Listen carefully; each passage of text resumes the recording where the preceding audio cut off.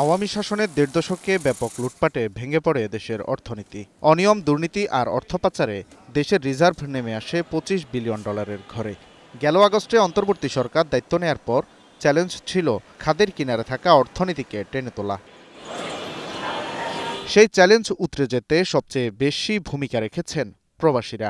একক অর্থবছর হিসেবে সদ্য সমাপ্ত 2024-25 অর্থবছরে রেকর্ড $30 বিলিয়ন বেশি রেমিটেন্স এসেছে দেশে।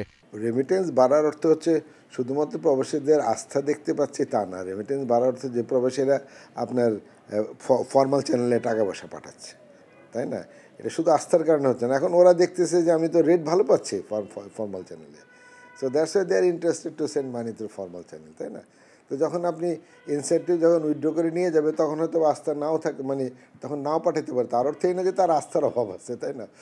কেন্দ্রীয় ব্যাংক বলছে 5 আগস্ট পরবর্তী সময়ে ব্যাংকিং চ্যানেলেই বেশি রেমিটেন্স পাঠিয়েছেন প্রবাসীরা এবং এ ধারা এখনও অব্যাহত আছে। 5 আগস্টের পর থেকে বিভিন্ন দেশে আমাদের যারা কর্মীরা থাকেন, যারা নিয়মিতভাবে রেমিটেন্স পাঠান, তারা কিন্তু আগে অনেকেই ব্যাংকিং চ্যানেল দিয়ে টাকাটা পাঠাতো না। কিন্তু 5 আগস্টের পরিবর্তিত পরিস্থিতিতে হয়তোবা তারা নিজস্বভাবেই দেশপ্রেমে উদ্বুদ্ধ হয়ে তারা ব্যাংকিং চ্যানেলটাকে টাকা পাঠানোর মাধ্যম হিসেবে ব্যবহার করছে।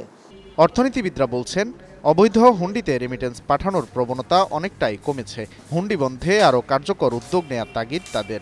টাকা পাচার যত হবে, ইনফর্মাল রেমিটেন্স চ্যানেলের ডিমান্ড তত বাড়বে, এটা খেয়াল রাখবেন। সুতরাং সেই পাচারটা কমায়, তখন ইনফর্মাল রেমিটেন্স চ্যানেল হুন্ডি, সেটার ডিমান্ড কমে গিয়ে ফর্মাল চ্যানেলে এখন বেশি আসছে। এটা হলো একটা বড় কারণ। আরেকটা বড় কারণ, এক্সচেঞ্জ রেটের স্টেবিলিটি থাকায় আমরা বলি যে স্পেকুলেটিভ বিহেভিয়ার, যে এখন না পাঠায় কদিন পরে পাঠাই, দাম বেশি পেতে পারি, সেই বিহেভিয়ার থেকে সরে আসছে। এদিকে সাম্প্রতিক মাসগুলোতে রেমিটেন্স ও রপ্তানি আয়ের প্রবৃদ্ধির ইতিবাচক প্রভাব পড়েছে দেশের বৈদেশিক মুদ্রার রিজার্ভে।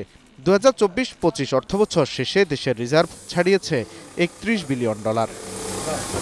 Walid Sakib, Star News, Dhaka.